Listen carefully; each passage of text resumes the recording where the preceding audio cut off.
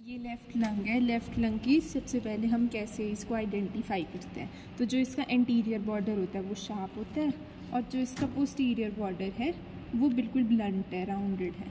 फिर इसका एक एपेक्स आता है जो कि पॉइंटेड होता है और एक इसका बेस आता है। फिर आगे हमारे पास इसके लोब्स और फिशर्स, दो इसके लोब्स होते हैं और एक इसका फिशर होता है। लोब अपर और लोअर लोब, और जो फिशर है वो होता है हमारे पास ओब्लिक फिशर। फिर आते हैं इसके हमारे पास सरफेसेस और बॉर्डर सबसे पहले एंटीरियर बॉर्डर जो कि शार्प है। फिर आता है हमारे पास पोस्टीरियर बॉर्डर जो कि ब्लंट है, राउंडेड है। और फिर आता है हमारे पास इंफीरियर बॉर्डर जो कि सेमिल्यूनार होता है। फिर आते हैं हमारे पास सरफेसेस। ये आता है हमारे पास कॉस्टल सरफेस जिसको लैटरल सरफेस भी बोलते हैं। फिर आता है हमारे पास मीडियल सरफेस जिसको हम दो पार्ट्स में डिवाइड करते हैं, मीडियास्टाइनल और वर्टिब्रल। फिर आता है हमारे पास इंफीरियर सरफेस जिसको हम बेस भी बोलते हैं, या फिर डायफ्रामेटिक सरफेस सरफेस। फिर इसमें हमारे पास जो कॉस्टल सरफेस होता है उस पर अगेन रिब्स की इम्प्रेशंस होंगे। और जो आगे हमारे पास मीडियल सरफेस का जो मीडियास्टाइनल पार्ट है उसमें हमारे पास एक हाइलम होगा और बाकी इम्प्रेशंस हो गए। इम्प्रेशन में सबसे पहले लेफ़्ट वेंट्रिकल का इम्प्रेशन, फिर यहाँ से चलता है हमारे पास डिसेंडिंग अयोटा और यहाँ पे होता है आर्च ऑफ अयोटा और डिसेंडिंग अयोटा। यहाँ दो ब्रांचेस देगा वो, लेफ्ट कॉमन कैरोटिड और लेफ्ट सबक्लेवियन। और फिर यहाँ पे हमारे पास ईसोफेगस का होता है और ईसोफेगस के आगे ट्रेकिया का होता है। फिर नर्व्स आती हैं हमारे पास। ट्रेकिया के ऊपर जो होती है वो लेफ्ट रिकरेंट लैरिंजियल, देन यहाँ से जाती है वेगस हाइलम की तरफ और फ्रेनिक जाती है नीचे को। ये आगे हमारे पास लेफ्ट वेगस और ये आगे हमारे पास लेफ्ट फ्रेनिक। अब हाइलम, और ये फिर हमारे पास हाइलम आ गया। नीचे हमारे पास पल्मोनरी लिगामेंट आ गई। हाइलम में हमारे पास यहाँ पे एक ही सेट ब्रोंकस होता है, तो ये हमारे पास ब्रोंकस है। फिर हमारे पास पल्मोनरी आर्टरी और वेन, तो एक वेन हमारे पास ये है और जो दूसरी वेन है वो हमारे पास ये है।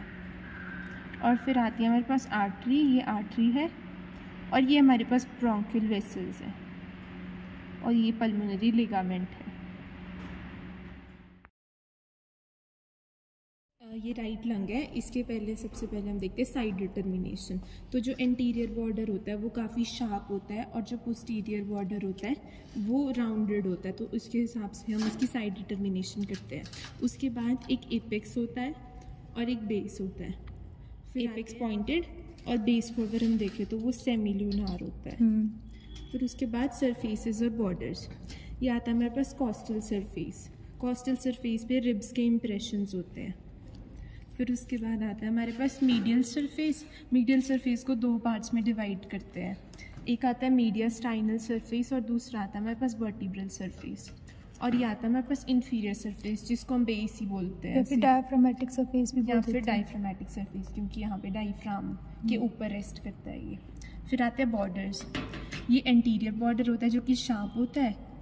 ये पोस्टीरियर बॉर्डर जो कि थोड़ा ब्लंट होता है। ये पोस्टीरियर बॉर्डर जो कि ब्लंट होता है और ये नीचे इंफीरियर बॉर्डर जो कि सेमिल्यूनार होता है।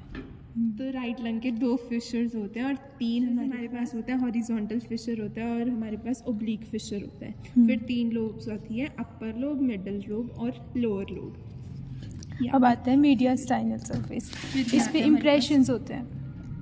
तो ये मीडियास्टाइनल सरफेस है, इस पे हमारे पास डिफरेंट इम्प्रेशंस होंगे। मेन जो यहाँ पे होगा वो राइट एट्रिया का होता है। फिर इसके बाद यहाँ पे सुपीरियर वेना कावा का इम्प्रेशन होता है और इधर नीचे इंफीरियर वेना कावा का इम्प्रेशन होता है। ये हाइलम है और ये हाइलम है।